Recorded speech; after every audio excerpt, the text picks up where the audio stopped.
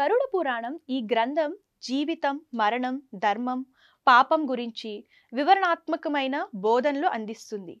ఇందులో ప్రస్తావించిన పాపాలు మనిషి ఆత్మకు హాని కలిగించే దారుణమైన చర్యలు.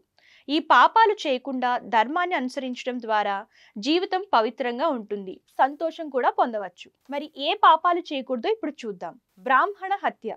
గరుడ పురాణం ప్రకారం బ్రాహ్మణ హత్యను అతిపెద్ద పాపంగా పరిగణిస్తారు. బ్రాహ్మణులు జ్ఞానానికి, ధర్మానికి ప్రతీకులు. వారిని హింసించడం వల్ల ఆత్మపై తీవ్ర ప్రతికూల ప్రభావం పడుతుంది. అందుకే బ్రాహ్మణ హత్యను అత్యంత ఘోరమైన పాపంగా భావిస్తారు. గోవధ. గరుడ పురాణం ప్రకారం ఆవును తల్లితో సమానంగా చూస్తారు. గోవధను కూడా అత్యంత ప్రాణాంతకమైన పాపంగా చెప్పబడుతుంది. ఆవును హతమార్చడం వల్ల భవిష్యత్తులో అనేక రకాల దుష్ఫలితాలు ఉంటాయి. ఇది దారుణమైన పాపమని గ్రంథం పేర్కొంది. తల్లిదండ్రులను గౌరవించకపోవడం గరుడ పురాణం ప్రకారం పెద్ద పాపం. తల్లిదండ్రులు దేవతల కంటే తక్కువ కాదు. వారిని అవమానించడం లేదా వారి సేవ చేయకపోవడం జీవితంలో అత్యంత పాపపు పనిగా పరిగణించబడుతుంది. దోపిడీ.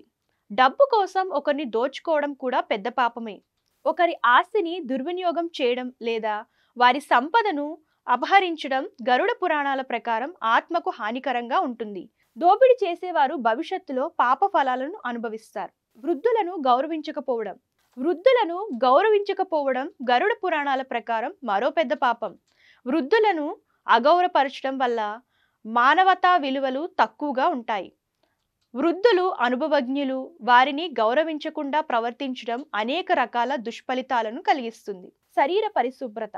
మీ శరీరాన్ని అపశుభ్రంగా ఉంచుకోవడం కూడా పాపంగా చెప్పబడుతుంది. శారీరక పరిశుభ్రత అనేది మన ఆత్మకు స్వచ్ఛతను ఇస్తుంది. పరిశుభ్రత లేకపోవడం వల్ల పాప ఫలితాలు ఉంటాయని పురాణం పేర్కొంది.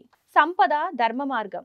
సంపదను సక్రమంగా వాడకపోవడం, ధర్మ మార్గం నుంచి దారి తప్పడం పాప కార్యాలుగా చెప్పబడింది. మనిషి సంపదను అక్రమ మార్గాల్లో సంపాదించడం, ధర్మాన్ని విడిచిపెట్టడం వల్ల జీవితంలో శిక్షలు ఎదురవుతాయని గరుడ పురాణం చెప్తుంది. ఈ పాపాలన్నీ ఆత్మకు హాని చేస్తాయి. గరుడ పురాణం ప్రకారం నిజమైన ధర్మానికి సంబంధించిన మార్గాన్ని అనుసరించడం ద్వారా మన ఆత్మ స్వచ్ఛంగా ఉంటుంది.